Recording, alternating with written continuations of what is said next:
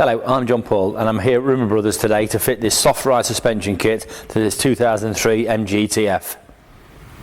We're going to do a left-hand front one first, which means we're going to have to just remove the fuse box. So it's just two little M6 bolts, so 10mm spanner size. There's one out. And that's the next one out.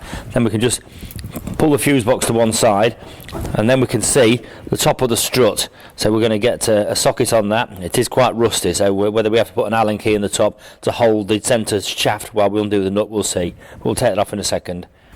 You can see the top of the suspension mount there, 17mm nut with the shock absorber threads coming through the middle. Now it's probably a good idea, if you can, to spray it with some lubricant, probably the night before really, because they will be rusty. Even get a wire brush and just clean up the threads a little bit to make it easier. Now you can put if you've got access to an air tool or an electric nut gun, you can try just put it on it and see if it comes undone. 9 times out of 10 the shock absorber will spin, so it won't come undone. So the next option, there's an Allen key straight in the top of the shocker. So if you put the Allen key in, we just tap it down, and if you put your spanner on the nut, do it the right way, and then you turn the centre of the shock absorber whilst holding the nut, and all being well, that should come all the way off. Now the bottom mounting block goes straight through the bottom of the shock absorber mount through the top suspension arm. So it's just a 15mm socket on the side, and then just undo it. Then just keep winding it out so it's all the way out, and then you can be able to drop the shock absorber down with the spring.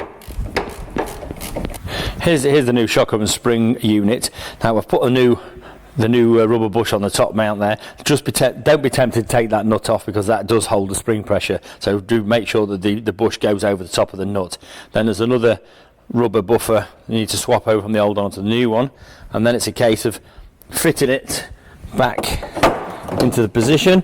What you need to just watch out for, there's the little machine part on the bottom of the shock absorber does need to fit fairly snug into the top arm before you put the bolt in. So you can just plonk it down like that.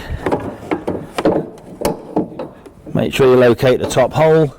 You might just have to look up there, and then it's a case of getting the new bolt through the bottom and into the top of the suspension arm, and then we can put the top bush and nuts on the top.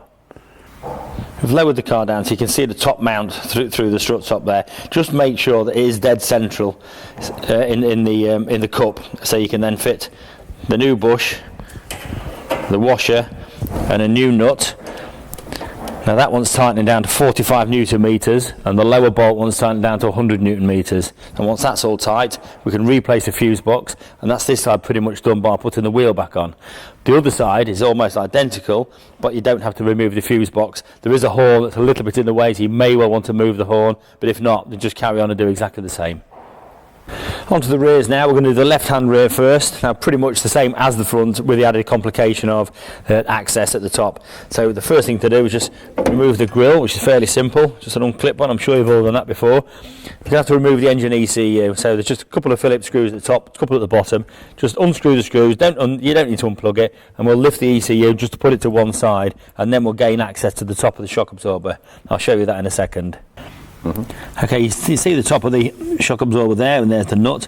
Fairly rusty again, so unfortunately it probably is going to be fairly tight. So you've got two options. You can either get an extension and a windy gun on to try and undo it and see if it does. Probably work it backwards and forwards as you're doing it, so hopefully it'll come off all the way.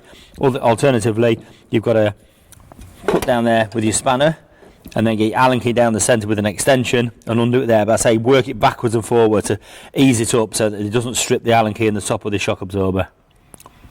With the top nut off and out the way, we now need to move on to the bottom. Same again, 15mm socket on the bottom, the bolt straight out the bottom of the top arm, but we are going to have to undo the anti-roll bar as well. So the nut and bolt here, we'll take that out, then we can just move the anti-roll bar out the way so we can gain the room we need to take the shock absorber out. As you can see, the anti-roll bar is in the way of us actually getting the shock absorber and spring out. So what we're going to need to do is take the other side wheel off and take both of the anti-roll bar links to the anti-roll bar off, which is just a 13mm socket and a 15mm spanner. Get that out of the way, and then remove the bolt, you might just have to slacken the lower half of the link as well. And then if we once we've taken the other side off, we'll be able to slide the anti-roll bar up, and then as we take the shock absorber out, we'll be able to wheel it down there. It is a little bit tight, but it is doable. And now all that's left is to take the bottom mounting bolt out. So I've got a windy gun on this one. That's out the way. Take the bolt out, place it to one side, and then it's a case of just feeding the shock of the spring down. I say it is a little bit tight, but it does come out. You just got to feed it around all the little bits and bobs, get it down, and then the washer's caught on the anti-roll bar, and then that's it, and then we can fit the new one. So I've fitted the new bush on there. It is tight to get over the nut, so you might just have to, I just held it in a vise, and I've just got a little screwdriver just to feed the new bush round there. It is tight, but it does go on okay. Then it's the rubber washer onto the locating pin. Now the locating pin obviously is a locating pin, so it only goes in one way. So when you're fitting it, you have to make sure it's turned so the locating pin goes through the hole in the top strut mount. I said about the locating tag earlier. Now just make sure that when you take it down, you know which way it goes to. I mean, this one goes to the rear, so that's where we're going to put it back. So it's just a case of feeding the shock absorber back up again. Make sure the locating tag, it'll only go in one way, so it'll fit in nice and tight, and then we can put the bottom bolt back in. With the shock absorber and spring mounted back in place, the bottom bolt is just in loose. We don't want to refit the anti-roll bar link yet, because obviously we've still got to do the other side, so it needs to be off while the other side's done. So I would wind the bolt all the way in. Don't tighten it up fully until the top is all in place and bolted up tight, and then we can tighten that one up fully. And then we'll do the other side, and then we'll have to replace the anti-roll bar link and then the wheel back on. So I've put the new rubber mount on the top, put the washer on, put the nut back on, 45 newton meters as we said with the fronts.